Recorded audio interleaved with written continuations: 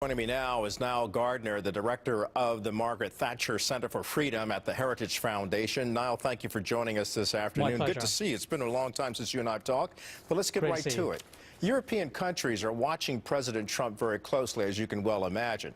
They are well aware that during the presidential campaign, Mr. Trump said NATO must do more and pay its fair share to do its part in supporting the NATO alliance. So how important is this visit from the Vice President, and how well is his message being received, do you think, from America's European allies?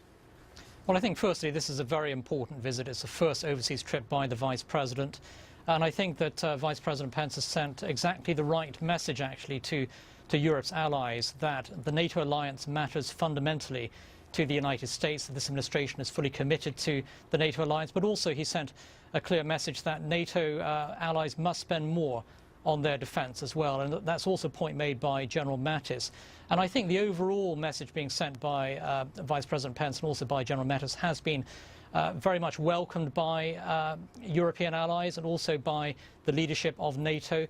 It's a very robust, strong signal to be sending at a time when Russian aggression is rising in Europe. And you have to reassure America's allies that America stands with those allies. But at the same time, U.S. allies have to invest more in their own defense in order for the alliance to be robust. Well said, and a lot of people would no doubt agree with you, as well as the Trump administration, in that regard of NATO pulling its own responsibility and accountability to strengthen the NATO alliance. Now, you were talking about him earlier this week. Defense Secretary James Mattis told NATO allies pretty much something similar to what Vice President Pence had to say, and that they would have to increase their defense spending by the end of the year. He gave them a deadline, or the U.S. will moderate its commitment. And more to the point, here's a quote of what Secretary Mattis told European defense ministers. Listen. It's a fair demand that all who benefit from the best defense in the world carry their proportionate share of the necessary cost to defend freedom. And we should never forget, ultimately, it is freedom that we defend here at NATO. So now he was straight, he was to the point. Many people know Mr. Mattis as being very intelligent and very savvy when it comes to foreign affairs, even though he served in the Marine Corps as a general. But how do you think Europe is responding to this strong and firm message? Well, great words from General Mattis, and the right message to send to Europe. I mean, NATO is not a welfare system for European countries. The European countries have to step up to the plate and invest in their own defense. And I think that many European countries will be very supportive of his message, especially, for example, nations like Great Britain, who are contributing the minimum 2% of GDP to defense. But I think you're going to see some pushback from officials in some parts of Europe. Germany, for example, spends only about 1.2% of GDP on defense. That's pitifully low.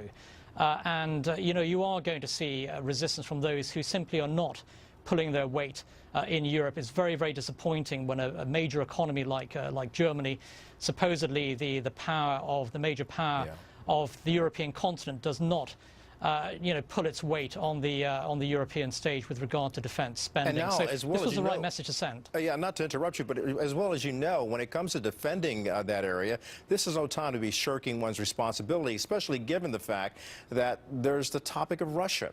European countries have expressed concern about Russia's aggression in annexing the Crimea and its aggressive actions towards Ukraine. In fact, Vice President Pence says the U.S. holds Russia accountable and demand they honor the Minsk agreement, beginning by de-escalating the violence in eastern Ukraine.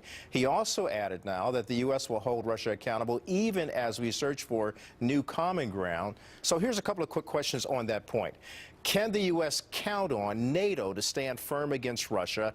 And two, can President Trump be successful in being firm and tough against Russia and his leader, Vladimir Putin, and at the same time seek to develop the common ground that he wants?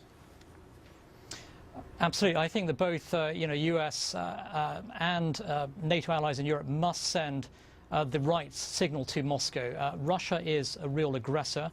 Russia poses a huge threat to Europe and to the free world. And the United States and the NATO alliance must be fully united in terms of standing up to any kind of Russian aggression at this time. Any sense of weakness on the part of the NATO alliance sends the wrong signal to Moscow. We have to bear in mind that Vladimir Putin is not Mikhail Gorbachev. He's somebody who is extremely aggressive. He is someone who threatens the stability of Europe.